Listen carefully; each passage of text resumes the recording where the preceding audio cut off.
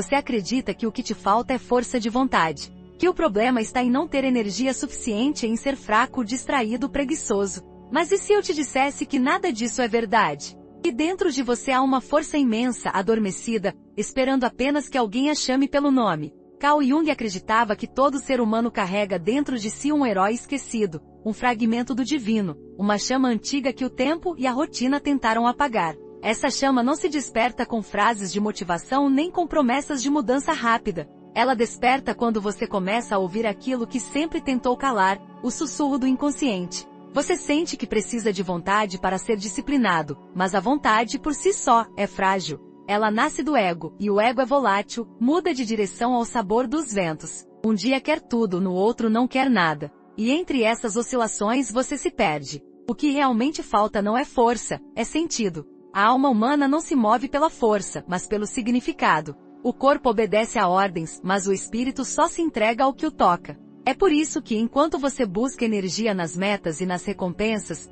o inconsciente te observa em silêncio, esperando que você pergunte: para que tudo isso? A dopamina, essa palavra tão repetida pela neurociência moderna, é apenas a superfície de algo muito mais antigo. Jung não falava em neurotransmissores, mas compreendia perfeitamente a sua natureza simbólica. A dopamina é o mensageiro da busca, a centelha da curiosidade divina. É o mesmo impulso que levou os primeiros homens a olhar para o céu e perguntar por que existiam estrelas. É o desejo de movimento, o instinto de avanço, a fome pelo desconhecido. O problema é que, em vez de canalizá-la para o crescimento, o homem moderno a desperdiça em prazeres imediatos. Ele a troca por pequenas explosões de prazer.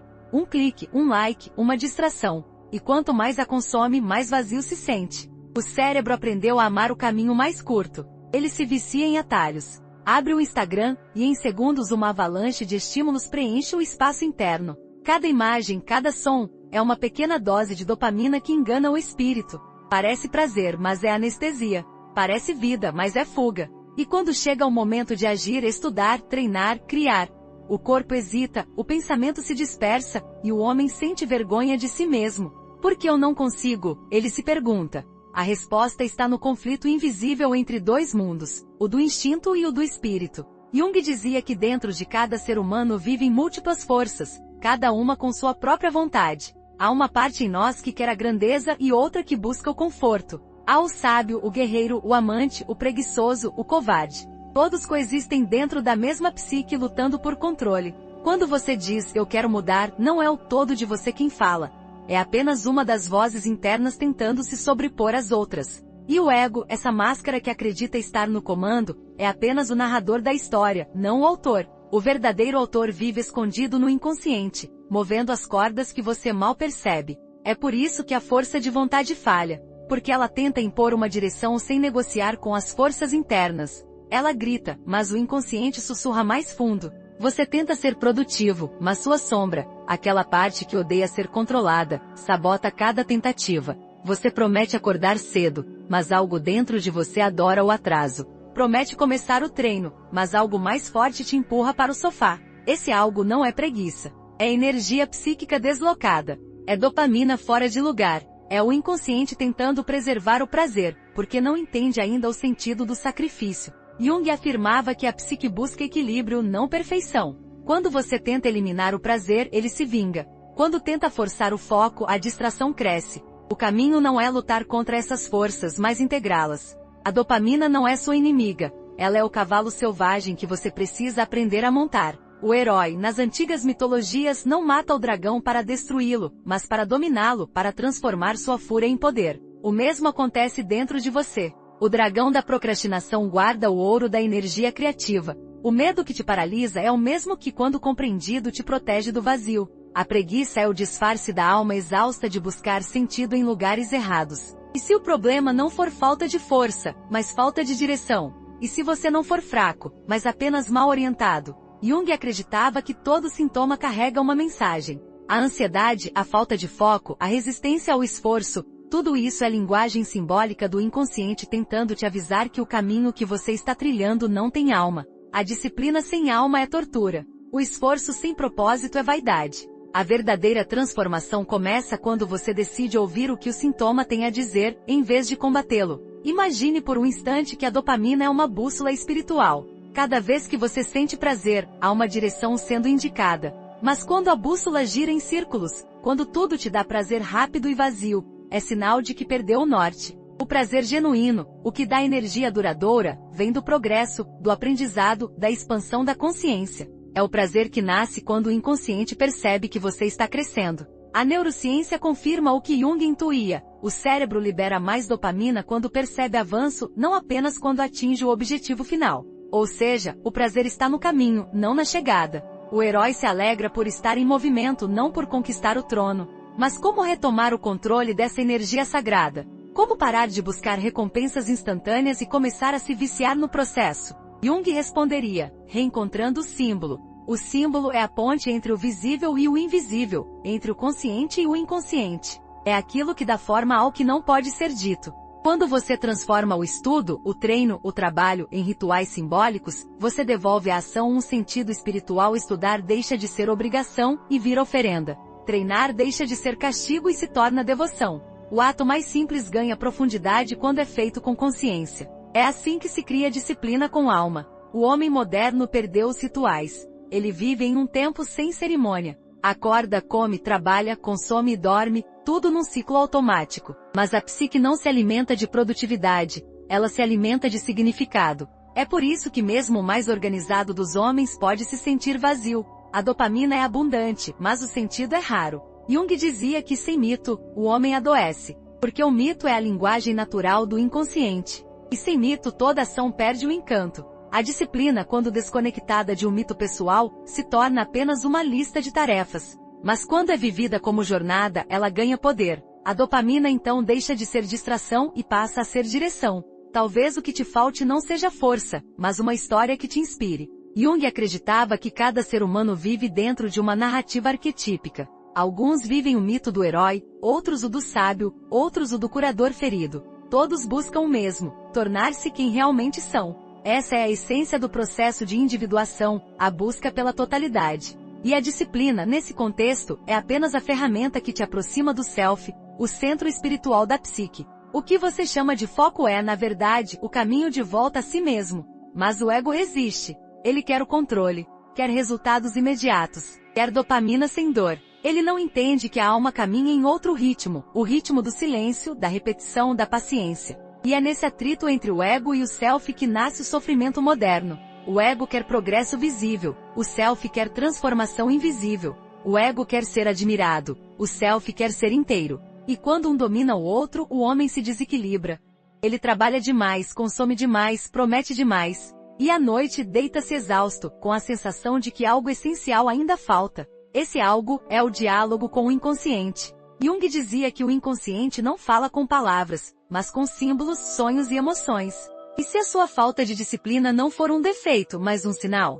E se o que você chama de procrastinação for, na verdade, o inconsciente tentando te proteger de uma vida sem propósito? Você se força a estudar um tema que não ama, a seguir uma rotina que não vibra, a repetir hábitos que não fazem sentido. O inconsciente reage, te freia, te distrai e te cansa. Não porque quer te destruir, mas porque quer te redirecionar. Ele tenta dizer, você não nasceu para viver apenas por obrigação. Você nasceu para viver com intenção. A dopamina que te sabota é a mesma que te guiará, se for purificada pelo significado. Não se trata de eliminar o prazer, mas de reconectá-lo àquilo que importa. O prazer de estudar algo que expande sua mente. O prazer de treinar não por estética, mas por força e vitalidade. O prazer de criar algo que toca o mundo. Isso é dopamina em sua forma mais elevada, energia a serviço da alma. A neurociência chama de motivação sustentada. Jung chamaria de Eros, a força vital que une e dá sentido a tudo que existe. Mas há um preço.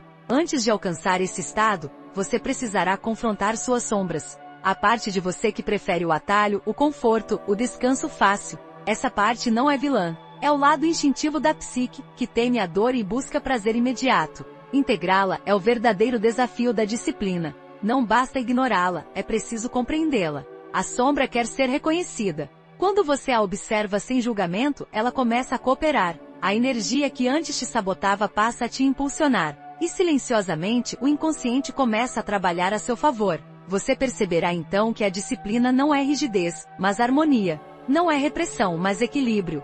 O homem disciplinado não é o que se força a agir, mas o que encontrou prazer no movimento certo. Ele não briga com o próprio cérebro, ele o educa. Ele não foge da dopamina, ele a guia. Ele não depende de motivação, ele vive em fluxo. E é nesse fluxo que o self começa a se revelar, não como um conceito espiritual distante, mas como uma presença constante, uma voz calma que diz, continue. O caminho é esse. A partir desse ponto, a mudança se torna inevitável. Você começa a agir não por obrigação, mas por coerência. Cada pequena ação ganha peso simbólico. Levantar da cama vira um ato de coragem. Estudar vira um rito de expansão. Treinar vira uma oferenda à própria força. Tudo muda porque você muda o olhar. O que antes era esforço vira expressão. A disciplina deixa de ser luta e se torna uma forma de oração silenciosa. É o corpo servindo a alma. E Jung sorri, como quem observa um antigo ciclo se repetindo. Ele sabia que toda transformação começa assim, com um sussurro, um desconforto, uma pergunta. Quem eu seria se deixasse de me sabotar? Essa pergunta, simples e perigosa, é o início da individuação. Porque a resposta exige coragem. Ela exige que você olhe para dentro, que desça aos porões da própria mente e encare as forças que te comandam. Mas é também a pergunta que liberta. Pois quem começa a se observar com sinceridade inevitavelmente desperta. A dopamina foi apenas o primeiro véu. Sob ela existe algo maior, o chamado da consciência. E quando você escuta esse chamado, o mundo começa a se reorganizar ao seu redor. As distrações perdem força. Os hábitos ganham alma. A vontade deixa de ser um esforço e se torna consequência. O herói interior, adormecido por anos, abre os olhos. Ele não grita, não corre, não promete. Ele apenas dá o primeiro passo, e esse passo muda tudo. Carl Jung acreditava que a vida humana é, acima de tudo, uma jornada de reconciliação entre o que somos e o que poderíamos ser. E toda jornada começa com o mesmo gesto, ouvir o que o inconsciente tenta dizer. Talvez a sua falta de disciplina não seja o fim, mas o início. O sinal de que chegou o momento de realinhar o prazer com o propósito, o instinto com o espírito, o ego com o self. A partir de agora, o desafio não é lutar contra o seu cérebro, mas ensiná-lo a amar o caminho certo. E enquanto você lê estas palavras, algo em você já começou a mudar. Talvez ainda não perceba, mas a dopamina está se reorganizando, buscando um novo foco. O inconsciente começou a responder. O herói, silencioso, desperta. E Jung, em algum lugar dentro da sua mente, murmura como quem revela um segredo antigo. Você não precisa de força de vontade. Precisa apenas lembrar quem você é. Porque o verdadeiro despertar não acontece quando você vence o cansaço, mas quando compreende que a vontade nunca dormiu, ela apenas esperava que você a chamasse pelo nome certo. Você já reparou que toda mudança verdadeira começa com algo pequeno? Não com uma grande decisão, nem com uma promessa feita diante do espelho, mas com um gesto quase imperceptível, um passo dado sem saber para onde, um instante de lucidez no meio do caos. É assim que o inconsciente nos chama. Ele não grita, não impõe. Ele apenas cria coincidências, pequenas repetições, desconfortos sutis que se acumulam até que você perceba que está sendo convidado a se mover. Jung dizia que o destino de um homem começa quando ele escuta o murmúrio do seu próprio inconsciente. A primeira vitória nasce nesse instante, quando algo dentro de você decide que é hora de começar, mesmo sem saber por onde. Mas começar é o mais difícil. O mundo moderno não perdoa os começos. Ele exige resultados antes da caminhada, aplausos antes do esforço, recompensas antes da entrega. As pessoas acreditam que precisam estar inspiradas para agir, motivadas para levantar, confiantes para tentar. Não percebem que a confiança nasce da ação, que a motivação é consequência do movimento. A mente condicionada pela cultura do prazer imediato, se rebela contra qualquer esforço que não traga retorno rápido. É por isso que a maioria falha. Não porque não tem força, mas porque tenta correr antes de aprender a andar. Querem mudar tudo de uma vez. Acordar às 5, meditar, correr, estudar, trabalhar em silêncio absoluto, viver como monges num mundo barulhento. O inconsciente não suporta esse tipo de violência. Ele reage, cria resistência, inventa desculpas, paralisa. E você acredita que é fraqueza, quando na verdade é apenas o corpo pedindo para começar com humildade. Imagine uma manhã comum. O despertador toca. Você aperta o botão de soneca e sente o peso invisível da cama te prender. O cérebro negocia com você em silêncio, mais 5 minutos. E esses 5 minutos viram 30. Quando finalmente levanta, já está atrasado, culpado e exausto antes mesmo de começar o dia. É assim que o inconsciente te domina, não com gritos, mas com pequenas concessões. Ele aprendeu a associar a cama ao prazer, o conforto ao alívio, o esforço à dor. A dopamina que deveria recompensar o progresso foi sequestrada pela inércia. E sem perceber, você passa o dia inteiro tentando recuperar um controle que perdeu logo ao acordar. Mas o oposto também é verdadeiro. Se ao invés de ceder, você apenas sentasse na cama e respirasse fundo por 10 segundos, sem pensar em nada, apenas sentindo o ar entrar e sair, algo mudaria. Seria uma vitória pequena, quase invisível, mas o inconsciente notaria. Ele entenderia que o comando mudou de lugar, e a dopamina confusa começaria a se reorganizar. Jung dizia que o inconsciente é como um animal selvagem. Ele não obedece à força, mas à constância. Ele precisa de rituais, de pequenas repetições simbólicas que mostrem que o novo caminho é seguro. Quando você acorda e arruma a cama, o gesto é banal, mas a mensagem é profunda. Você diz ao inconsciente: hoje eu assumo o controle. É um símbolo de ordem, e o inconsciente responde a símbolos, não a palavras. Por isso, a primeira vitória precisa ser simples. Tão simples que o ego não possa inventar desculpas. Se for fácil demais para falhar, será fácil demais para continuar. É nesse espaço, entre o possível e o simbólico, que nasce a disciplina. Há um rapaz que Jung poderia ter descrito se tivesse vivido hoje. Ele passa as manhãs rolando a tela do celular, pulando de um vídeo para outro, como se o mundo estivesse dentro daquela luz azul. Ele não se odeia por isso, mas sente vergonha. Ele sabe que está desperdiçando tempo, mas não consegue parar. Todo dia promete que vai mudar e todo dia fracassa. Até que um dia, sem motivo aparente, decide algo mínimo. Hoje, não vou tocar no celular até tomar café. Só isso. Não é uma promessa grandiosa, apenas um limite. A primeira manhã é difícil, as mãos coçam, o corpo pede estímulo, a mente grita. Mas ele segura. E quando finalmente toma café, sente algo novo, uma leve sensação de controle. Um pequeno prazer diferente, mais calmo, mais estável. Essa sensação é dopamina reposicionada. O cérebro percebeu que pode sentir prazer pela vitória e não pela fuga. O rapaz não mudou o mundo, mas mudou o eixo. É assim que tudo começa. As pequenas vitórias são sementes arquetípicas. Jung acreditava que todo gesto humano contém um símbolo universal. Arrumar a cama é o arquétipo da ordem, estudar é o arquétipo do conhecimento, treinar o corpo é o arquétipo do guerreiro, escrever é o arquétipo do criador. Quando você realiza esses atos com consciência, não está apenas agindo, está ativando forças ancestrais dentro de si. A alma entende esses símbolos, mesmo que o ego não perceba. E quando eles se repetem, o inconsciente começa a cooperar. A dopamina, antes descontrolada, se alinha à vontade interior. O que era luta se transforma em fluxo. E o homem comum começa, sem perceber, a caminhar o mesmo caminho que os heróis dos mitos, o da conquista silenciosa de si mesmo. Mas há uma ironia nesse processo. O inconsciente testa sua decisão.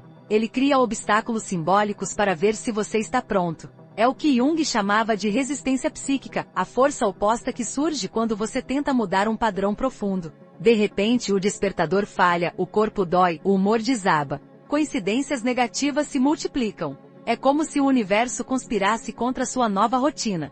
Mas é o contrário. É o inconsciente reagindo, tentando preservar o equilíbrio antigo. Ele teme o novo, porque o novo é desconhecido. Por isso, todo avanço real começa com uma espécie de sabotagem. Se você entende isso, não desiste. Sorri. Sabe que o caos é o sinal de que o sistema está se reconfigurando. Há quem pense que disciplina é rigidez. Mas Jung veria nela um processo simbólico de integração. Quando você escolhe agir, mesmo sem vontade, está fazendo um pacto com o self, o centro espiritual da psique. É como acender uma vela em meio à escuridão interna. Cada ato consistente fortalece a comunicação entre o consciente e o inconsciente. A dopamina, antes dispersa em impulsos aleatórios, começa a obedecer a um novo ritmo. O prazer não vem mais do estímulo fácil, mas do sentido profundo. Você sente satisfação em terminar algo, não apenas em começar. É uma mudança sutil, mas definitiva. E é nessa sutileza que mora o milagre da primeira vitória. Em um dos diários de Jung, há uma frase pouco citada: a psique é preguiçosa porque teme se encontrar.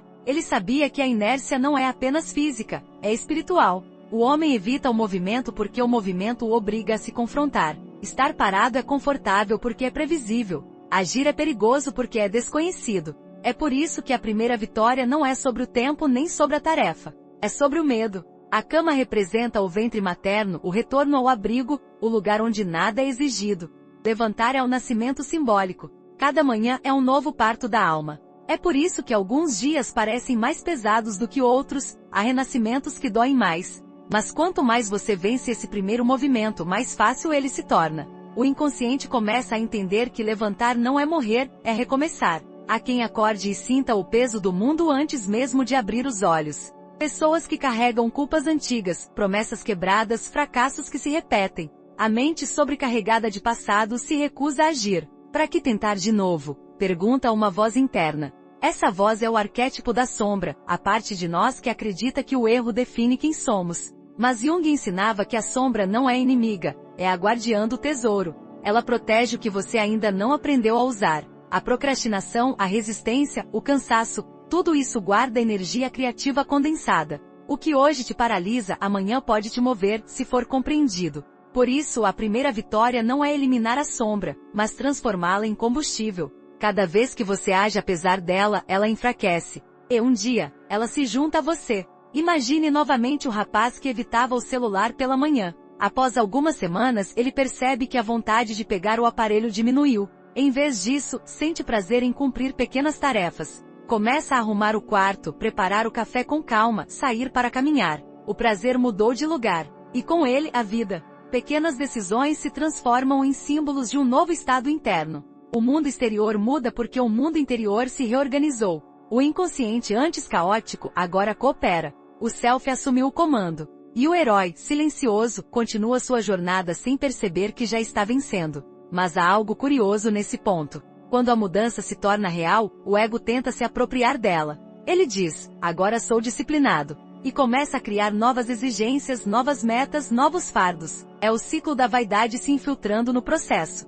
O homem esquece que a disciplina verdadeira é humilde. Ela não se exibe, não busca reconhecimento. A primeira vitória não quer testemunhas. É uma conversa entre você e o invisível. É o momento em que o inconsciente te observa e diz, finalmente ele entendeu. O progresso real é silencioso. Ele acontece nas margens da consciência, onde a dopamina e o espírito se reconciliam. Há uma metáfora antiga que Jung apreciava, a da serpente que troca de pele. A pele velha é a zona de conforto, o hábito antigo, a versão anterior de você. Trocar de pele dói. É apertado, claustrofóbico e incômodo. Mas é necessário. A serpente não se renova por escolha, ela o faz porque crescer dentro da velha forma é impossível. E o mesmo acontece com a mente. Há momentos em que o antigo modo de viver se torna sufocante. A alma precisa respirar. E a primeira vitória é a fenda na pele antiga, o primeiro rasgo por onde a nova vida começa a emergir. O herói dos mitos nunca começa vencendo.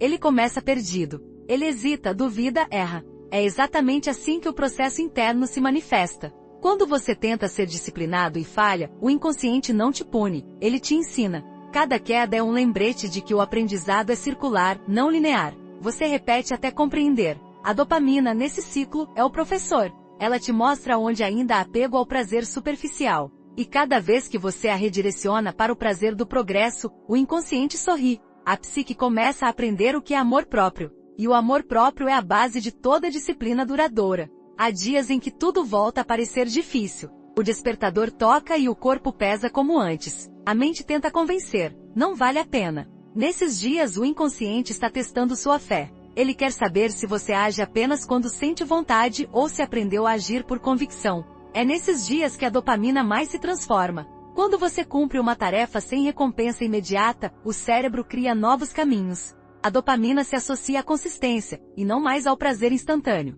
É assim que o hábito se torna identidade. Você não precisa mais se esforçar para agir. Você age porque é quem é. A primeira vitória se completa nesse momento, quando a ação deixa de ser escolha e se torna natureza. Em algum ponto desse processo, o homem começa a sentir algo novo, uma serenidade discreta. Não é euforia nem orgulho. É uma sensação de alinhamento, como se o mundo estivesse um pouco mais silencioso por dentro. É o sinal de que o self está no comando. Jung descrevia esse estado como equilíbrio entre os opostos. O prazer e o dever deixam de ser inimigos. O desejo e a disciplina se tornam aliados. A dopamina, agora a serviço do espírito, volta ao seu lugar. O mensageiro do sentido, não da fuga. O homem encontra alegria no progresso, não porque precisa provar algo, mas porque descobriu que a vida só é suportável quando tem direção. E então, algo curioso acontece. Pequenos gestos começam a se multiplicar sem esforço. O que antes exigia disciplina agora flui naturalmente.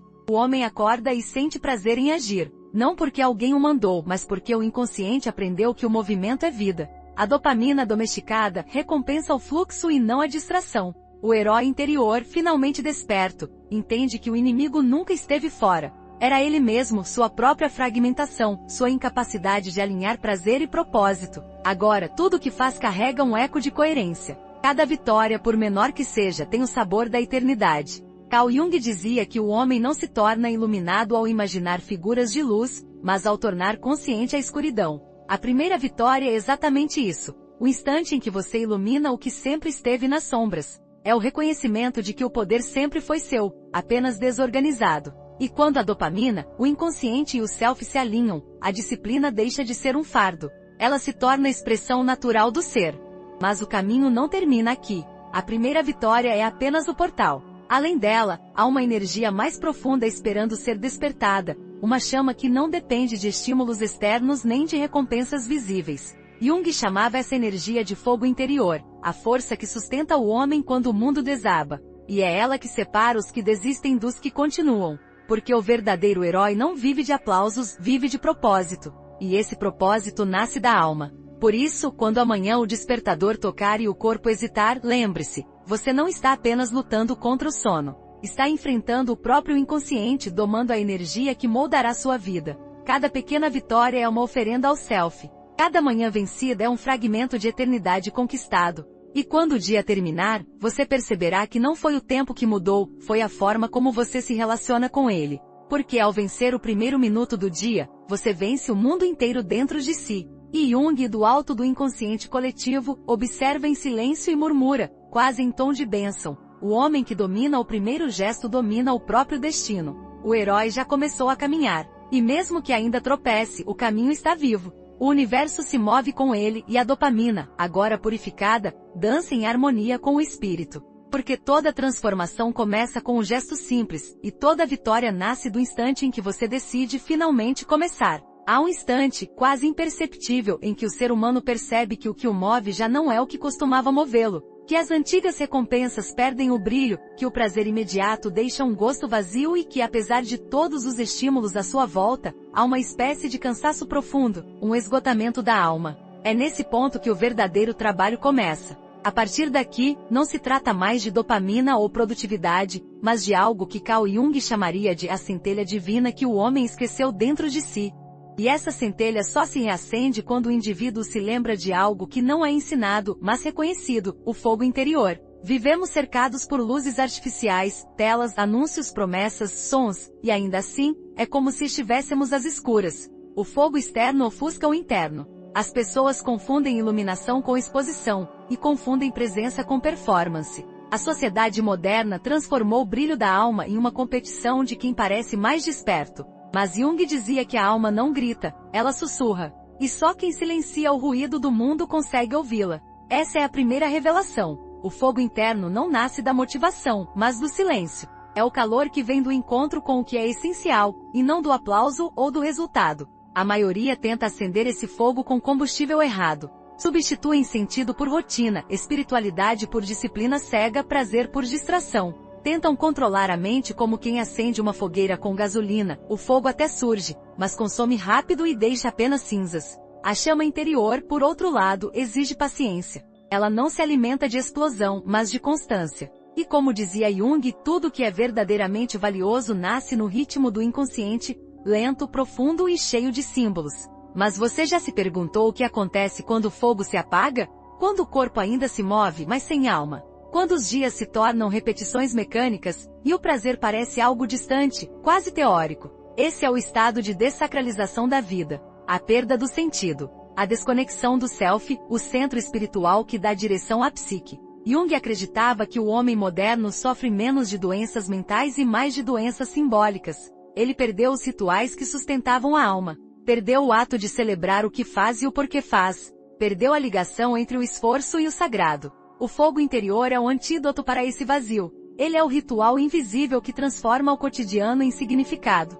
E esse fogo não se acende com frases motivacionais, mas com símbolos pessoais. Uma palavra no espelho. Uma imagem colada na parede. Uma oração silenciosa antes de abrir o computador. Não são gestos tolos, são âncoras para o inconsciente. Jung dizia que a alma não responde à lógica, mas à imagem. Quando você coloca uma imagem de quem deseja ser em um lugar visível, está enviando uma mensagem ao self: eu me lembro de você. Mas por que isso funciona? Porque o inconsciente opera através de símbolos. Ele não entende promessas nem metas. Ele entende gestos. Se você arruma o seu espaço de trabalho todos os dias antes de começar, o inconsciente interpreta: o campo está preparado. Se acende uma vela antes de estudar, ele entende: o conhecimento é sagrado. Se escreve à mão suas intenções, ele lê: a propósito. Pequenos rituais que parecem banais para o consciente são profundamente transformadores para o inconsciente. Eles alimentam o fogo. E se você ainda acha que isso é apenas metáfora, lembre-se de algo. A neurociência moderna chama isso de priming, a ativação de uma rede neural por meio de estímulos visuais e simbólicos. Jung previu esse conceito décadas antes, quando disse que aquilo que você coloca diante dos olhos molda o que se move dentro da alma. As imagens que te cercam são os combustíveis do seu fogo. Por isso, observe: o que está diante dos seus olhos todos os dias? Seu espaço físico reflete o que você quer ser ou o que você teme se tornar? Quantas vezes você já sentiu que a sua própria casa te cansa, como se o ambiente drenasse sua energia? Jung chamaria isso de desalinhamento simbólico. O inconsciente lê tudo: cores, formas, desordem. Um quarto caótico é o reflexo externo de uma mente saturada. Arrumar não é apenas um ato funcional, é um ato simbólico. É declarar para o inconsciente: eu ainda tenho controle sobre o caos. Cada pequeno gesto se torna uma oferenda. O fogo interior se fortalece toda vez que o gesto é feito com intenção. Mas e quando o fogo parece não responder? Quando, apesar dos esforços, a motivação não vem, e o corpo pesa como pedra? Jung explicaria isso como o chamado do inconsciente profundo, a alma pedindo pausa para se reconfigurar. O fogo não desapareceu. Ele está recolhido, aguardando um novo tipo de lenha. Nessas horas, o erro é tentar forçar a chama. O certo é escutar. O inconsciente não suporta a pressa. Ele quer ser compreendido, não dominado. Quantas vezes você tentou reagir à exaustão com mais esforço? Tentou compensar a falta de sentido com mais produtividade, mais tarefas, mais ação? E quanto mais fazia, mais vazio se sentia. Isso é o fogo consumindo-se por dentro. O verdadeiro reabastecimento vem do recolhimento, não da insistência. Quando o fogo diminui, não se sopra mais forte. Espera-se. E durante essa espera, o inconsciente reorganiza a energia, limpa o excesso, devolve o silêncio. O descanso consciente é parte do ritual. É o momento em que o fogo interior aprende a respirar. Mas há um segredo que poucos percebem: o fogo só existe enquanto há algo para queimar. O que você tem oferecido a ele? O que alimenta sua chama? Muitos tentam queimar o medo, o passado, a culpa, e isso até aquece por um tempo, mas logo esgota. O fogo da alma precisa de outra substância: propósito. Não aquele propósito idealizado, cheio de slogans, mas um propósito sentido, algo que conecta sua existência com algo maior que você. Jung dizia que a alma humana só encontra paz quando sente que participa de uma história mais ampla. Você já parou para se perguntar qual é a sua história? Não o que faz da vida, mas o que a vida faz de você. Cada pessoa é um mito em movimento. E o fogo interior é o narrador invisível dessa história. Ele te guia pelas repetições, pelos erros, pelos encontros, até que compreenda o enredo. A maioria vive como espectador de si mesmo e age sem perceber que cada gesto é parte de um roteiro escrito há séculos pela psique coletiva. O fogo interior é o que te devolve o papel principal. Ele te faz lembrar que a vida não está acontecendo contra você, mas através de você. Mas e quando esse fogo arde demais? Quando a intensidade se transforma em ansiedade? Quando a vontade de fazer o bem se torna obsessão por perfeição? Jung alertava: toda luz excessiva projeta uma sombra. Quando a busca pelo propósito se torna compulsão, o fogo sagrado se torna labareda destrutiva. É o perigo do fanatismo, da autossabotagem travestida de disciplina. O equilíbrio é o segredo. O fogo deve aquecer, não queimar. E para isso ele precisa de pausas, de respiro, de contemplação. Você já notou como o fogo hipnotiza? Como, ao olhar para uma chama, o tempo parece parar. Esse é o mesmo efeito que o inconsciente busca quando você entra em estado de foco profundo. É o que a psicologia moderna chama de flow. Jung chamaria de momento de comunhão com o self. Nesse estado, o ego se cala e o inconsciente assume.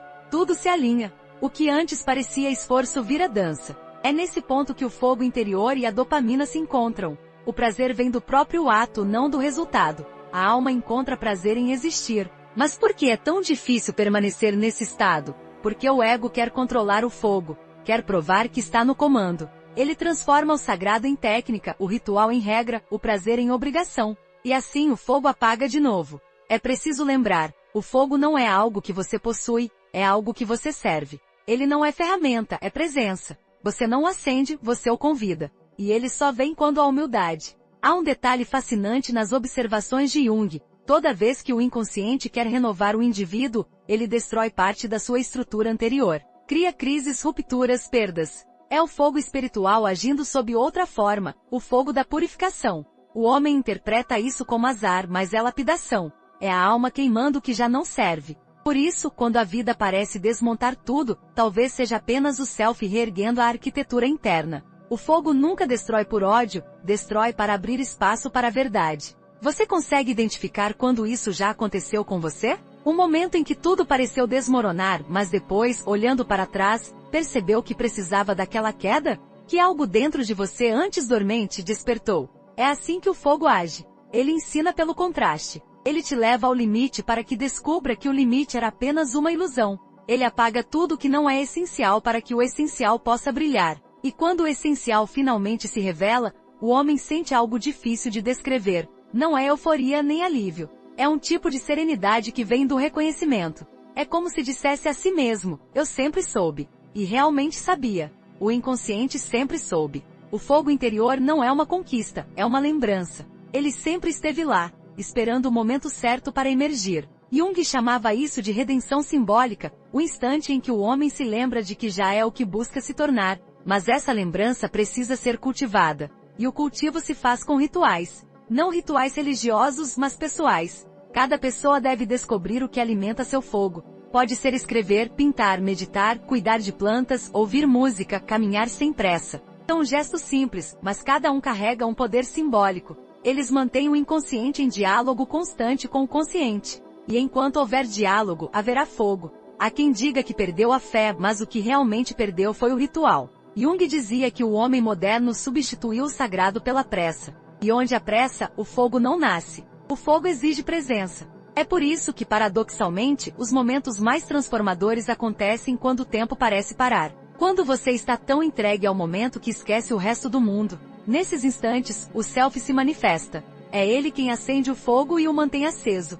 Você consegue se lembrar de quando sentiu isso pela última vez? Aquele instante em que tudo fez sentido, mesmo que por poucos segundos, em que a mente parou e algo dentro de você simplesmente sabia. Esse é o fogo. Ele não precisa ser constante, basta ser reconhecido. Porque toda vez que você o reconhece, ele se expande. Ele se alimenta da atenção consciente. E há uma revelação final silenciosa que poucos percebem. O fogo interior é contagioso. Quando alguém o mantém aceso, sua simples presença aquece os outros. É o arquétipo do sábio, do mestre, do curador. Não porque ensina, mas porque ilumina. A energia de uma pessoa em harmonia com o próprio self afeta tudo ao redor. É o que Jung chamava de sincronicidade psíquica, o campo invisível que conecta os destinos quando a alma está desperta. Você já notou como há pessoas que ao entrarem em um lugar, parecem mudar a vibração do ambiente? Não é carisma, é fogo. E o fogo verdadeiro não se impõe, ele atrai. Não é brilho, é presença.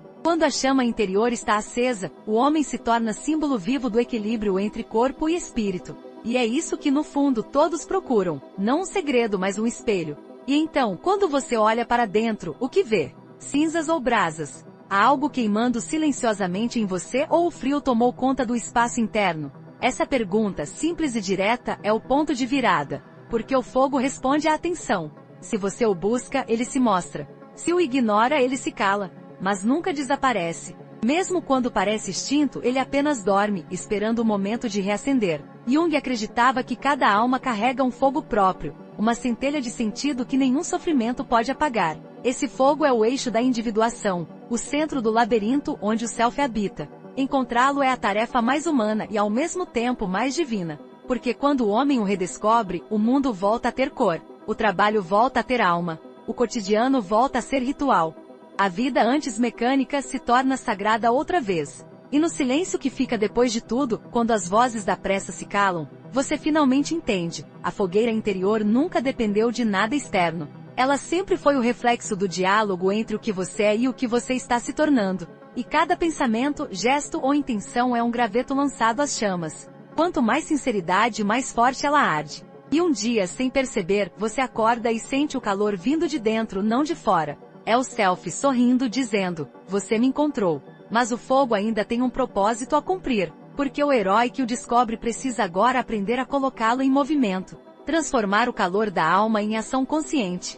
E é isso que Jung chamaria de alquimia da vida, o ponto em que o espírito se faz gesto, o símbolo se faz carne, e o homem começa a moldar o mundo com o brilho do próprio fogo. Há um instante na jornada interior em que o homem percebe que o fogo que acendeu dentro de si precisa agora se mover. Ele já não basta ser chama, precisa ser direção. Jung dizia que o impulso criativo do inconsciente, quando desperta, exige forma. E a forma é o que transforma energia em destino. É neste ponto da caminhada que a disciplina se revela não como esforço, mas como arte. A energia que antes ardia no silêncio precisa agora construir, agir, organizar. É o nascimento do sistema interior, o templo onde o fogo encontra propósito. E é aqui que muitos desistem, porque confundem estrutura com prisão, rotina com monotonia. Mas o que Jung compreendeu, e que a neurociência confirma hoje, é que a alma não resiste à estrutura, ela floresce dentro dela.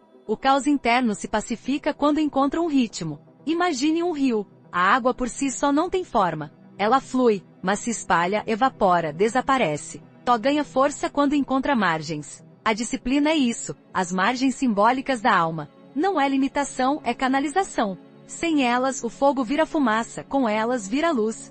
Jung via nisso a essência da individuação, o processo em que o ser humano organiza seu mundo interno sem sufocar o que há de espontâneo nele. E a prova disso é visível na natureza. Tudo que cresce, cresce em padrão. A semente, o galho, a concha, o cristal, o DNA. Todos obedecem a um ritmo, uma geometria invisível que sustenta a expansão. A alma humana não é diferente. Ela precisa de forma para continuar crescendo. E é nesse ponto que a ideia das missões diárias aparece não como técnica de produtividade, mas como ritual arquetípico. Cada missão é uma forma de educar a energia psíquica, de ensinar a dopamina a servir ao self, e não ao ego. Jung descreveu algo semelhante em suas observações sobre a função transcendente, a capacidade da psique de unir opostos através da prática simbólica. Quando você anota, observa e repete uma ação com consciência, está criando um campo de integração entre o consciente e o inconsciente. Está dando linguagem ao invisível. Por isso, o simples ato de riscar uma tarefa concluída tem poder simbólico. É um acordo silencioso entre o homem e sua própria alma. Há algo profundamente misterioso na forma como o cérebro reage ao progresso visível.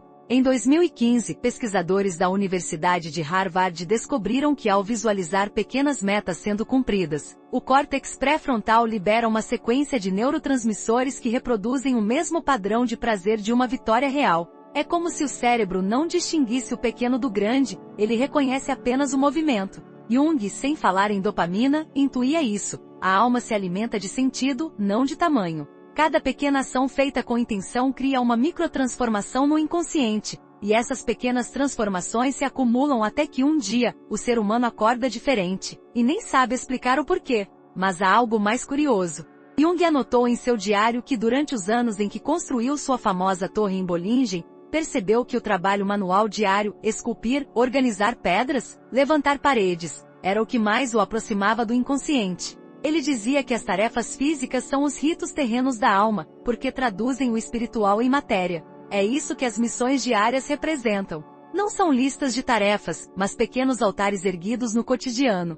Cada ação concluída é uma pedra colocada na construção simbólica do self. A torre de Jung não era apenas um refúgio físico, era o reflexo da ordem interior que ele buscava. Você já percebeu como o ato de escrever algo à mão tem um impacto diferente do que digitar? A neuropsicologia moderna confirma que o gesto de escrever manualmente ativa regiões do cérebro relacionadas à memória emocional e à atenção simbólica. Em outras palavras, o corpo participa da mente. Jung acreditava que o corpo é o inconsciente visível. Por isso, quando você desenha uma linha, marca um ponto ou registra seu progresso, o inconsciente lê isso como uma mensagem: estamos avançando. Ele não entende palavras complexas, mas entende ritmo e repetição. O corpo é o tradutor da alma, mas o sistema só ganha vida quando há emoção. A simples execução de tarefas sem envolvimento emocional é como recitar uma oração sem fé. A dopamina sem afeto é apenas química, com significado torna-se energia vital. e é aqui que o homem precisa encontrar prazer na repetição. As tradições espirituais antigas já sabiam disso. Monges tibetanos repetem mantras, monges cristãos recitam salmos, alquimistas desenhavam círculos. A repetição ritualística cria um padrão mental que acalma o ego e permite que o inconsciente se expresse. A diferença é que no mundo moderno, os rituais precisam ser reinventados. A sua planilha pode ser o seu rosário. O seu caderno pode ser o seu altar. Mas o que acontece quando o sistema falha? Quando você planeja as missões e mesmo assim não cumpre?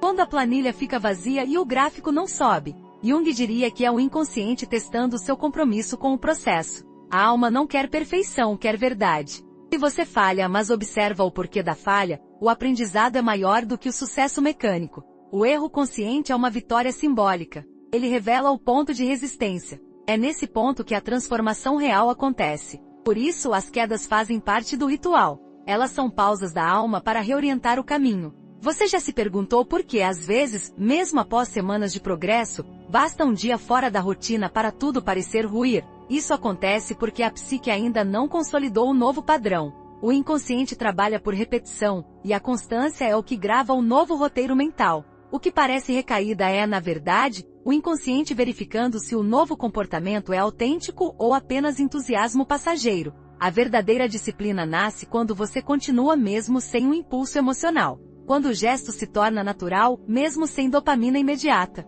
Há uma história curiosa sobre Beethoven que ilustra isso. Nos últimos anos de vida, já completamente surdo, ele continuava compondo. Alguém perguntou como era possível escrever sinfonias sem ouvir, e ele respondeu: "Eu não ouço mais com os ouvidos, ouço com o corpo." O que ele quis dizer é exatamente o que Jung observava na psique. A verdadeira maestria começa quando o ato se funde à identidade. O músico já não toca, ele é o próprio som. O homem disciplinado, quando alcança esse ponto, já não precisa lutar para agir. A ação flui porque faz parte do seu ser. É o estado de integração, o self comandando em silêncio. Mas chegar a esse ponto exige algo mais do que constância, exige simbolismo. O sistema de missões diárias funciona porque transforma a rotina em narrativa. Cada dia é um capítulo, cada vitória é um símbolo, cada gráfico é um espelho da alma. O homem precisa ver sua história sendo escrita diante dos próprios olhos para acreditar que ela existe. É isso que motiva a continuidade. E a beleza desse processo é que ele não depende de grandes conquistas, mas da repetição de pequenos ritos. É a constância que cria a magia. E é nesse ponto que o cérebro e a alma começam a trabalhar juntos. A neurociência chama isso de habit stacking, ou empilhamento de hábitos, quando uma ação gera o impulso para a próxima. Mas Jung já havia descrito o mesmo fenômeno décadas antes, em termos simbólicos, o momentum da psique. Ele dizia que a alma, quando se move, arrasta o corpo. Quando o inconsciente percebe progresso, ele libera energia vital. É o que sentimos como empolgação, entusiasmo, clareza. O self recompensa o ego com dopamina simbólica. E a rotina, antes pesada, se torna prazerosa. Mas há um paradoxo aqui. Quanto mais o sistema funciona, mais o ego quer se apropriar dele. Ele quer transformar o ritual em controle, quer ser autor da história. E quando isso acontece, o fogo interno começa a se apagar novamente. O sistema precisa continuar sendo simbólico, não mecânico. A alma se retira quando o ritual perde o mistério. É por isso que Jung dizia que toda prática espiritual precisa de renovação constante. O símbolo só vive enquanto é sentido. Quando vira técnica, morre. Você já reparou que há pessoas que, mesmo com rotinas perfeitas, vivem exaustas e outras, com rotinas simples, irradiam vitalidade? A diferença é o sentido. As primeiras cumprem tarefas, as segundas vivem rituais. E é isso que diferencia o sistema vivo do sistema morto. O sistema vivo respira, adapta-se e conversa com o inconsciente. O sistema morto é ditadura do ego. O primeiro evolui, o segundo colapsa. Por isso, a disciplina verdadeira não é rígida, é maleável. Ela não é rotina, é ritmo. Em um experimento pouco conhecido realizado em 2007 na Universidade de Stanford, cientistas observaram monges tibetanos em estado de meditação profunda enquanto realizavam tarefas repetitivas. Descobriram que o padrão de ondas cerebrais que se formava era idêntico ao de músicos durante a improvisação criativa. Isso significa que a repetição disciplinada, quando vivida com presença, ativa os mesmos circuitos do prazer criativo. O cérebro entende que a rotina é arte. E é isso que o sistema de missões diárias deve se tornar, uma obra de arte invisível moldando a vida. Mas há um detalhe que poucos percebem: o sistema não é feito apenas de metas cumpridas, é feito também de observação. Jung dizia que observar é participar. O simples ato de anotar o que foi sentido, de perceber os padrões emocionais que surgem, transforma a rotina em autoconhecimento. O diário é a ponte entre o consciente e o inconsciente. Ele é o espelho simbólico onde a alma se reconhece. Quando você escreve, o self lê.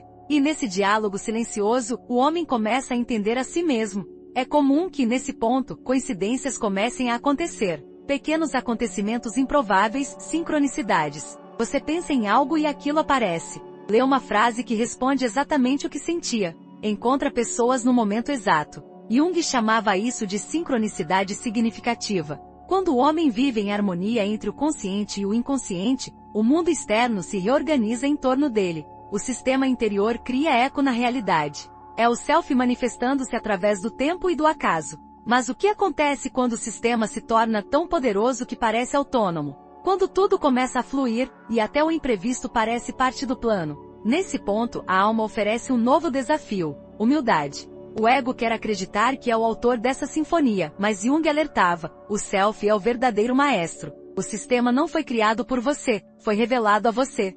A disciplina é apenas a linguagem que o self usa para se manifestar no mundo físico. E quanto mais você tenta controlá-la, mais ela escapa. O segredo é servir à estrutura, não dominá-la. Há uma passagem intrigante na biografia de Jung em que ele relata um sonho. Via-se dentro de uma cidade feita de espelhos. A cada passo, via múltiplas versões de si mesmo refletidas nas paredes, e quanto mais olhava, mais difícil era saber qual era o verdadeiro. Ao acordar, escreveu: a alma constrói espelhos para que o homem aprenda a se ver em movimento. O sistema de missões diárias é exatamente isso, um espelho. Ele reflete seu estado interno através das ações externas. E com o tempo, você aprende a se ver com clareza. Você já teve a sensação de que algo dentro de você observa, em silêncio, todas as suas ações? Essa é a consciência simbólica, o self acompanhando o ego. É o observador que não julga, apenas testemunha. Quando essa consciência se ativa, o sistema deixa de ser apenas um método e se torna um caminho espiritual. Cada missão cumprida é uma oferenda a esse observador. Cada linha marcada é um diálogo com o invisível. Mas e quando a vida foge do controle? Quando o imprevisto destrói a rotina e o sistema parece ruir? Jung responderia que esse é o momento em que o sistema é testado para provar se a disciplina era a estrutura viva ou máscara do ego. Se o sistema era autêntico, ele se adaptará. Se era ilusão de controle, ele desmoronará. A alma não suporta rigidez. O self só trabalha com o que é verdadeiro. O fogo que você acendeu não precisa de forma fixa, ele se molda a cada novo vento. Há algo extraordinário na maneira como o cérebro humano reage à quebra de padrão. Quando uma rotina é interrompida, ele não apenas registra a falha, ele reconfigura toda a hierarquia de prioridades. É nesse instante que a consciência pode interferir. Se o homem observa o que aconteceu com lucidez, o inconsciente entende que a mudança não foi fraqueza, mas adaptação. E assim o sistema se fortalece. Cada interrupção vira aprendizado. O erro se torna combustível. É por isso que a disciplina verdadeira não é linear. Ela se move em espirais, como o crescimento das árvores ou a trajetória das galáxias. Ela avança, recua, se expande, se recolhe, mas sempre progride. E quanto mais você entende esse movimento, mais natural se torna o processo. A dopamina deixa de ser algo a ser controlado e se transforma em um aliado invisível, regulando o prazer com base no progresso e não na urgência. O sistema inteiro se harmoniza. E quando isso acontece, algo muda silenciosamente na percepção da vida. As tarefas diárias deixam de parecer obrigações e se tornam experiências meditativas. Lavar a louça, organizar a mesa, caminhar até o trabalho, tudo ganha um significado novo. O homem deixa de viver por objetivos e passa a viver por presença. É nesse ponto que o sistema se torna autossustentável. O prazer não vem mais do resultado, mas do ato de estar inteiro em cada gesto. A essa altura, a linha que separa o espiritual do cotidiano desaparece. O sistema de missões diárias se torna uma metáfora viva da relação entre o consciente e o inconsciente. A dopamina, a neuroquímica, o hábito, tudo é apenas a parte visível de uma dança muito mais profunda. O homem percebe que a verdadeira disciplina é um estado de harmonia com o próprio destino. Ele entende, finalmente, o que Jung quis dizer quando escreveu: aquilo que precisamos aprender está sempre diante de nós, mas só o vemos quando estamos prontos. E de repente tudo se encaixa. As tarefas são as mesmas, mas a consciência é outra. A rotina é a mesma, mas agora tem alma. O gráfico continua subindo, mas o verdadeiro progresso é interno. O fogo que antes buscava forma encontrou seu ritmo. E no silêncio que segue, o homem sente algo raro: paz. A sensação de que pela primeira vez está realmente no próprio caminho. E no fundo, Jung sorri porque sabia que quando o homem transforma a rotina em rito, o caos em arte e o tempo em aliado, ele não apenas se disciplina. Ele desperta. Há um ponto na jornada em que tudo parece estar finalmente em ordem. O fogo interno foi aceso, a rotina ganhou forma, o sistema está funcionando. O homem se sente seguro, talvez pela primeira vez em muito tempo. Ele cumpre suas missões, observa o progresso, sente o prazer de ver as linhas subindo no gráfico da própria vida. Tudo parece se encaixar. Mas é nesse exato instante, quando a estabilidade começa a parecer permanente, que algo estranho acontece. O vazio retorna, não o mesmo de antes, mas um novo, mais sutil, mais silencioso. É o vazio da repetição. A alma, agora desperta, começa a questionar o sentido do próprio sistema. E é aqui que Jung reaparece como uma voz antiga dizendo: nada do que é vivo pode permanecer imóvel. A alma precisa de movimento. O homem acredita ter dominado o próprio impulso. Sente-se disciplinado, equilibrado, centrado.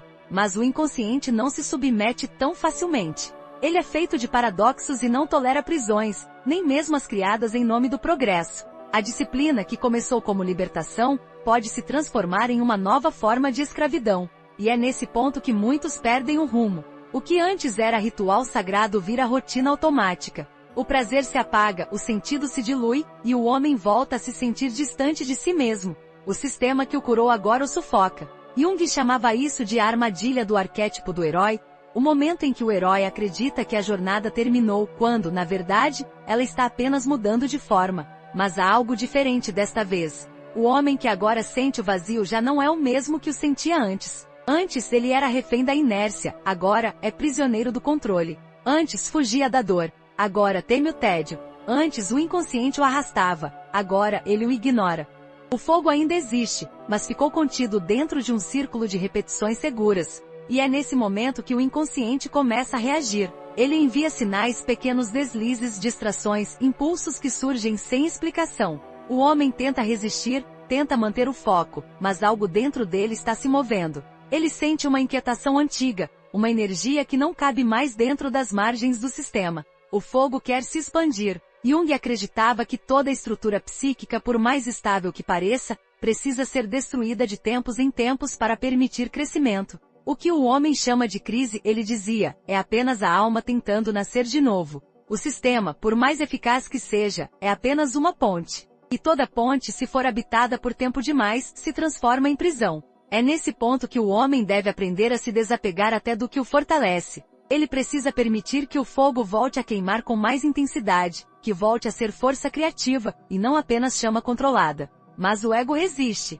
Ele quer estabilidade. Ele tem medo de perder o que construiu. O inconsciente, porém, começa a agir por conta própria. O homem começa a errar mais do que o habitual. Perde prazos, esquece tarefas, sente irritação com as próprias metas. À noite não dorme com tranquilidade. Sonhos estranhos começam a surgir, imagens de fogo, de pontes quebrando, de rios transbordando. O inconsciente está falando em sua linguagem simbólica, o sistema chegou ao limite. E como sempre, o ego tenta interpretar isso como fraqueza quando é apenas transformação. Há um caso interessante registrado por Jung sobre um de seus pacientes, um professor que havia transformado sua vida em uma sequência perfeita de horários e obrigações. Nada estava fora do lugar. Ele era respeitado, saudável, metódico. Mas, certa manhã, ao caminhar até a universidade, teve uma sensação súbita de vertigem. Sentiu que o chão se movia sob seus pés. Parou, olhou ao redor e percebeu algo que o aterrorizou. Tudo parecia exatamente igual a todos os outros dias. E, no entanto, ele sentia que algo essencial havia morrido dentro dele. A rotina o havia engolido. Ele cumpria todas as suas metas, mas nenhuma delas o emocionava. Era como viver em um sonho que já não surpreende. Jung escreveu que esse homem não sofria de estresse, mas de ausência simbólica. O fogo interior dele havia sido substituído por cinzas mornas. Quantas vezes isso acontece sem que percebamos? Quantas vezes transformamos nossos rituais em obrigações e esquecemos por que começamos? Quantas vezes o hábito mata o sentido? A dopamina que antes nos impulsionava, agora se torna silenciosa, previsível. O prazer deixa de ser descoberta e vira rotina química. O cérebro se acostuma à vitória, e o inconsciente se entedia. É nesse ponto que o homem precisa aprender uma lição paradoxal: o segredo da constância é a renovação. O sistema precisa de surpresas, de recompensas simbólicas diferentes, de pausas estratégicas. Não para quebrar o ritmo, mas para permitir que o espírito respire. Mas como renovar sem perder o que foi conquistado? Jung acreditava que a alma sempre cria oportunidades de autodescoberta, mesmo que à força. Às vezes, isso vem em forma de erro, outras, de caos. Uma doença, uma perda, um fracasso, cada desordem é um convite para olhar de outro ângulo. Quando o fogo interno começa a se apagar, a vida empurra o homem para fora da segurança. Ele é forçado a reaprender. E esse aprendizado é o início de uma nova fase, o vício sagrado. O termo pode parecer estranho, mas é exatamente isso que acontece. O homem, ao redescobrir o prazer de crescer, começa a se viciar na própria expansão. A dopamina volta a brilhar, mas agora em um contexto diferente. Ela não está mais associada à fuga ou à distração, mas ao progresso real. A cada nova descoberta, o cérebro libera pequenas recompensas, e o inconsciente entende que está no caminho certo. O homem começa a buscar o desafio não pela recompensa final, mas pela sensação de estar vivo no processo. É a dopamina transformada em energia espiritual. Há uma história curiosa de um atleta olímpico que, após anos de treinamento e uma medalha de ouro, caiu em profunda depressão. Ele dizia: "Eu vivi anos para aquele momento. E quando vivi, tudo perdeu o sentido." O cérebro dele, condicionado a buscar prazer no objetivo final, não sabia lidar com o vazio da conquista. Quando foi reabilitado, o tratamento incluiu algo incomum: ensinar-lhe a sentir prazer no treino e não apenas na vitória. Depois de meses, ele relatou que voltou a se sentir vivo. Disse algo que parece uma frase de Jung: "Eu percebi que não era o ouro que me dava prazer, mas o caminho até ele." É isso que o vício sagrado representa: o prazer deslocado do resultado para o movimento. O mesmo acontece em qualquer área da vida. O escritor que ama o ato de escrever e não o livro publicado, nunca para. O artista que ama pintar e não o quadro pronto nunca perde inspiração. O homem que ama o ato de evoluir e não o status da mudança, nunca cansa. A dopamina nesse estágio se torna uma ponte entre o corpo e a alma. Ela deixa de ser química e se torna energia simbólica, a confirmação de que o inconsciente e o self estão alinhados. Mas o inconsciente continua sendo um mestre impiedoso. Ele não permite que o ego se acomode nem no vício sagrado. Quando o prazer começa a virar dependência, ele cria resistência. De repente, o que era leve fica pesado. A motivação desaparece, o entusiasmo esfria. É o ciclo natural da alma. Jung dizia que o inconsciente trabalha como a natureza. Tudo que sobe demais precisa descer para se equilibrar. O fogo interno precisa aprender a se alternar entre intensidade e silêncio. Essa oscilação é o que mantém a vida viva. É nessa oscilação que o homem encontra as provas mais duras. Há dias em que ele acorda cheio de energia e sente que nada pode detê-lo. No dia seguinte, acorda esgotado, com uma sensação inexplicável de cansaço e tédio. Ele tenta reagir forçamente, mas nada parece funcionar. O ego chama isso de fracasso. Jung chamaria de movimento compensatório da psique, o inconsciente tentando recuperar o equilíbrio. Quando a mente consciente avança rápido demais, o inconsciente puxa o freio. Ele força a pausa para evitar o colapso. O problema é que o homem moderno não sabe pausar. Ele acredita que parar é regredir. Mas, no reino da alma, parar é amadurecer. Há um exemplo curioso sobre isso em uma carta que Jung escreveu a um discípulo. Ele dizia: "Se você sente que a chama apagou, não a assopre. Espere que o vento venha de dentro." Essa frase, aparentemente simples, é um dos maiores conselhos que alguém pode receber, porque ela ensina o valor da paciência interior. Quando o fogo parece desaparecer, é sinal de que o inconsciente está reorganizando o combustível. É nesse silêncio que nascem os novos sentidos. O homem que aprende a respeitar esse tempo deixa de ser escravo da motivação. Ele se torna aliado do fluxo natural da psique. Mas o verdadeiro teste vem quando o sistema, a rotina e o prazer colidem. Há um momento em que o homem precisa escolher entre continuar repetindo o que funciona ou arriscar o novo desconhecido. O ego quer segurança, o inconsciente quer expansão. O conflito se instala. E às vezes, o preço da expansão é a destruição do que parecia perfeito.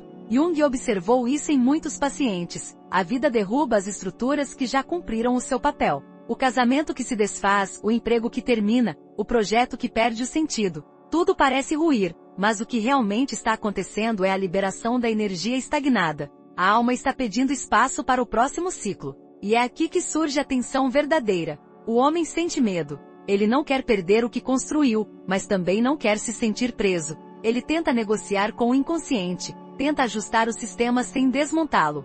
Mas o fogo interno é exigente. Ele quer autenticidade total. Qualquer tentativa de manipulação é punida com estagnação. O homem começa a se sentir paralisado, como se algo invisível o segurasse. É o inconsciente dizendo, ou você confia ou fica. Em algum momento ele cede. Às vezes por escolha, às vezes por colapso. Pode ser um erro impulsivo, uma decisão que parece irracional, uma reviravolta que muda tudo. Mas quando acontece, o fogo desperta com força. O sistema se reorganiza em outra forma mais ampla, mais livre. O homem descobre que não perdeu nada, apenas mudou de nível. O que antes parecia o fim era apenas o início de uma nova fase da individuação. O self usa o caos como ferramenta de expansão. Há um fenômeno interessante relatado por neurocientistas que confirma essa ideia. Quando um padrão de hábito é rompido abruptamente, o cérebro entra em um estado de reorganização intensa chamado neuroplasticidade aguda. É quando novas conexões são formadas e antigas são desfeitas.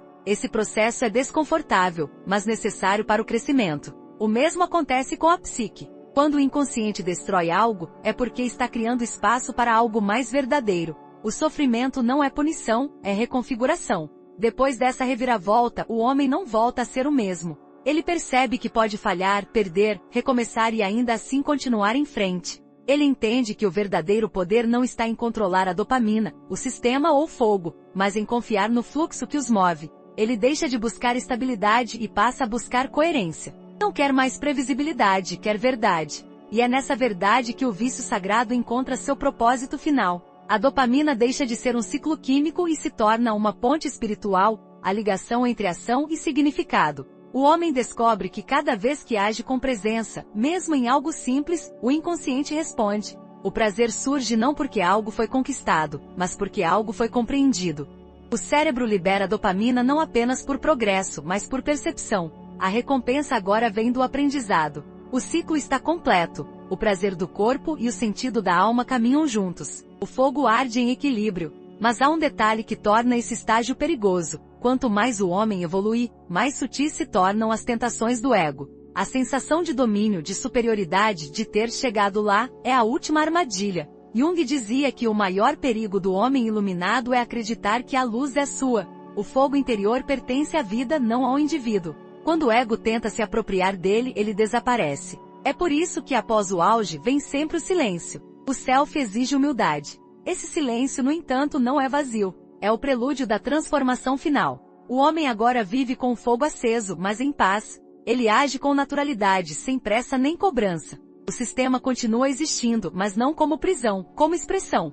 Cada dia é vivido como o microcosmo da jornada inteira. A dopamina, o inconsciente, o corpo e o espírito trabalham em harmonia. O vício sagrado se transforma em devoção serena. E no meio desse equilíbrio, a vida começa a se manifestar com mais intensidade. As coincidências se tornam frequentes, as decisões parecem mais claras, os encontros ganham significado. É o fenômeno da sincronicidade em seu auge, quando o mundo interno e o externo vibram na mesma frequência. Jung descreveu isso como a dança entre o self e o universo. O homem percebe que nunca esteve sozinho em sua disciplina, sempre foi guiado por algo maior. Mas o fogo ainda guarda um último segredo. Ele não veio para iluminar apenas o indivíduo, mas para iluminar através dele. O homem disciplinado, consciente e equilibrado se torna fonte de energia para os outros. Sua presença inspira, sua calma contagia, sua consistência se torna exemplo.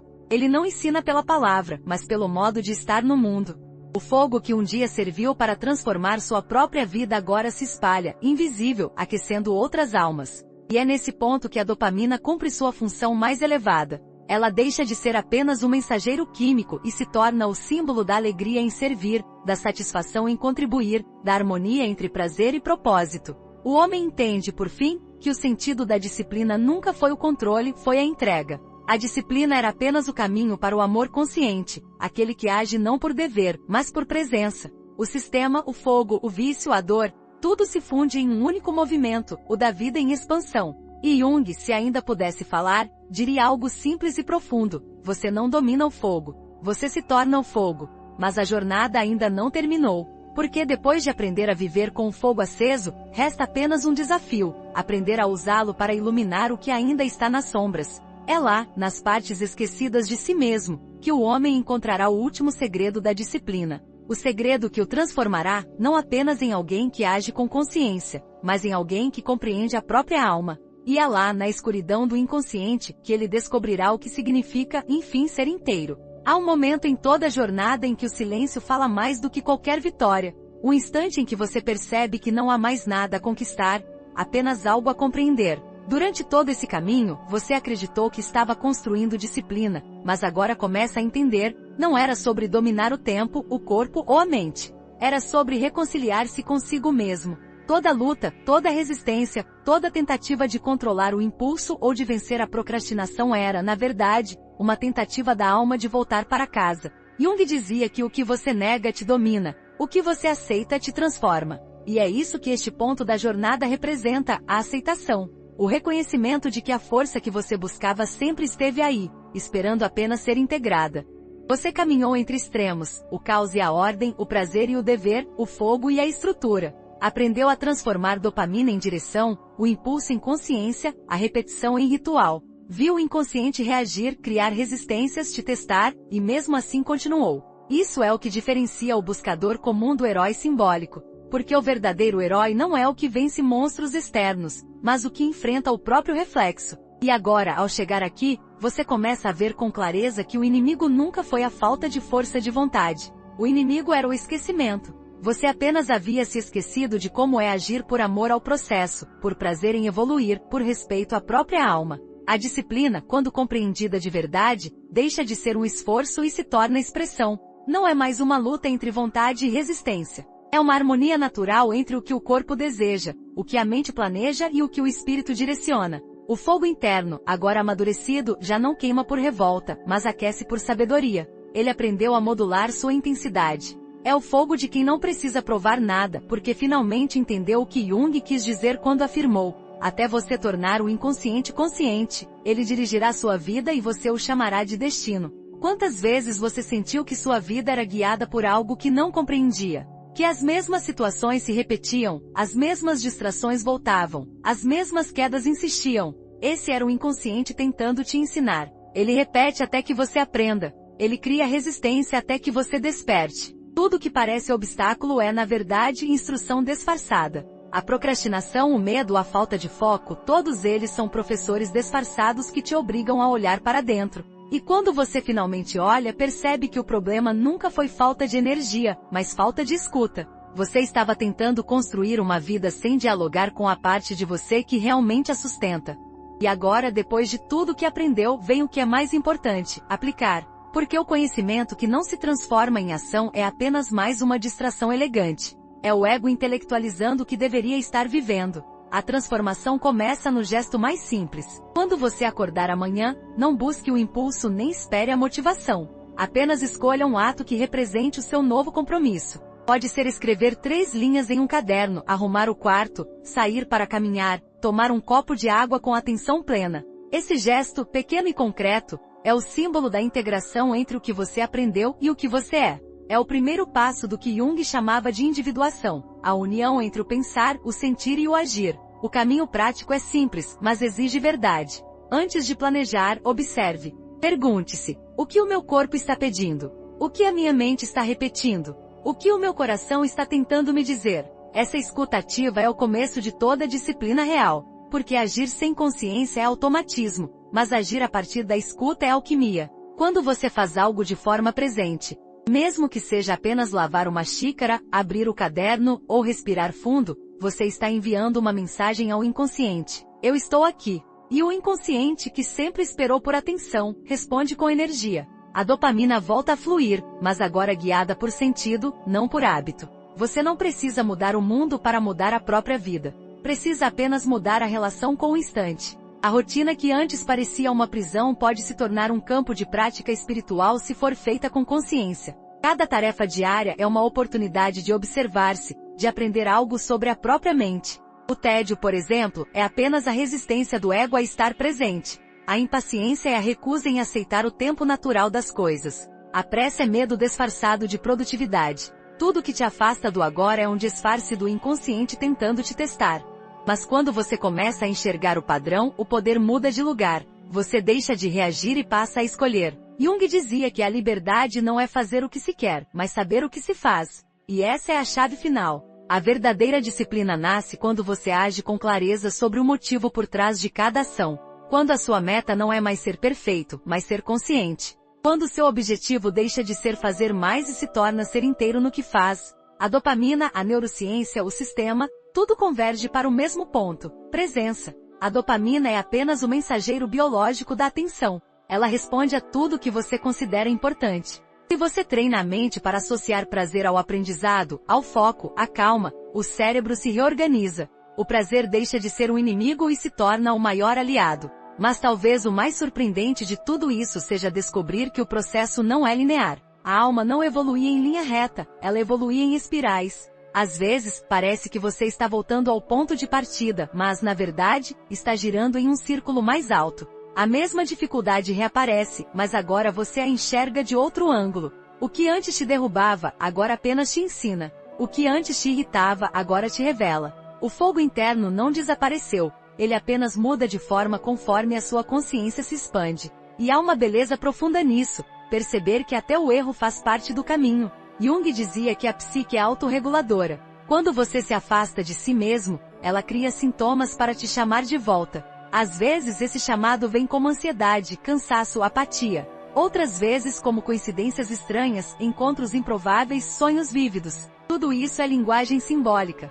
E a resposta nunca é fugir, mas ouvir. Quando algo te incomoda, pergunte: o que isso está tentando me mostrar? Esse simples questionamento muda tudo, porque desloca o foco do sofrimento para a consciência. E onde a consciência, há cura. Você não é mais o mesmo que começou essa jornada.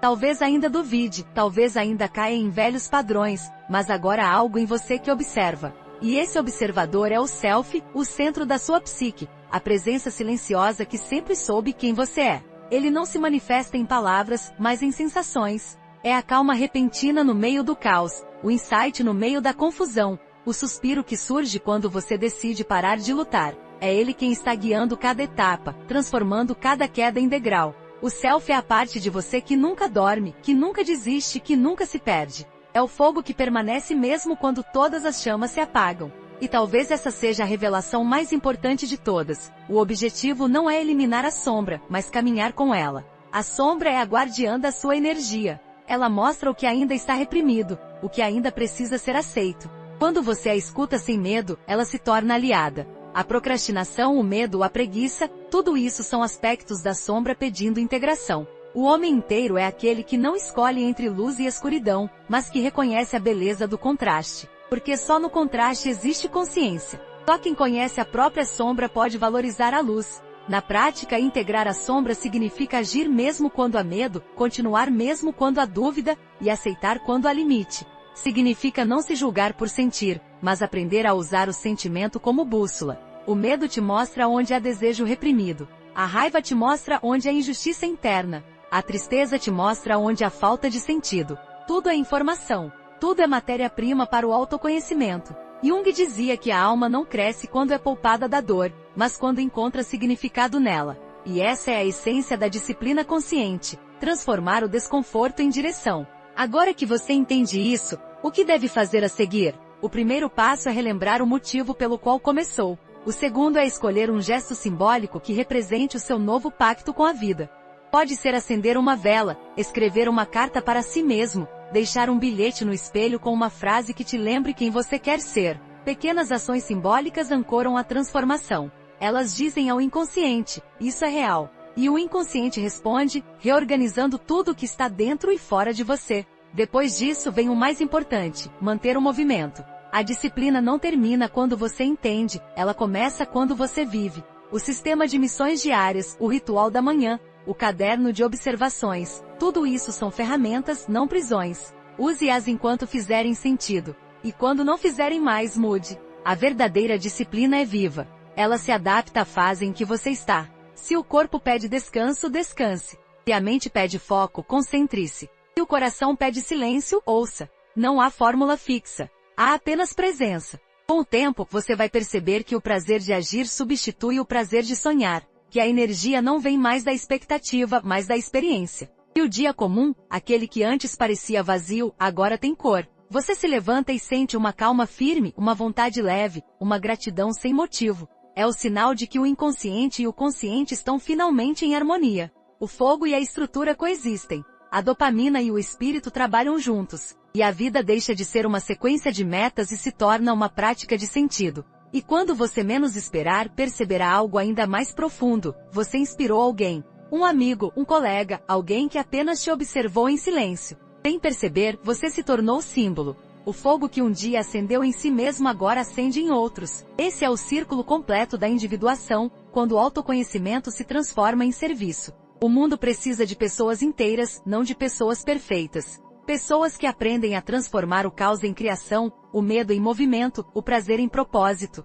Então, neste instante, feche os olhos por um segundo e pergunte a si mesmo: o que eu posso fazer hoje, agora que me aproxima de quem eu quero ser? Não busque a resposta fora. Ela virá de dentro, talvez como uma imagem, talvez como uma sensação. E quando vier, não duvide. Apenas haja. Mesmo que seja um passo pequeno. Mesmo que pareça insignificante. Cada passo dado com consciência é um portal aberto. Lembre-se do que Jung disse: quem olha para fora sonha, quem olha para dentro desperta. Agora é a sua vez de despertar. De olhar para dentro e perceber que tudo que você buscava, a motivação, energia, sentido, sempre esteve aí, esperando que você se tornasse capaz de sustentar a própria luz. O processo nunca foi sobre alcançar algo fora, mas sobre revelar o que já estava dentro. A dopamina, o sistema, a disciplina, tudo isso foi apenas o mapa. O tesouro é a consciência. E se ao terminar este vídeo você sentir algo diferente, uma calma leve, uma vontade silenciosa de fazer algo bom por si mesmo, não ignore.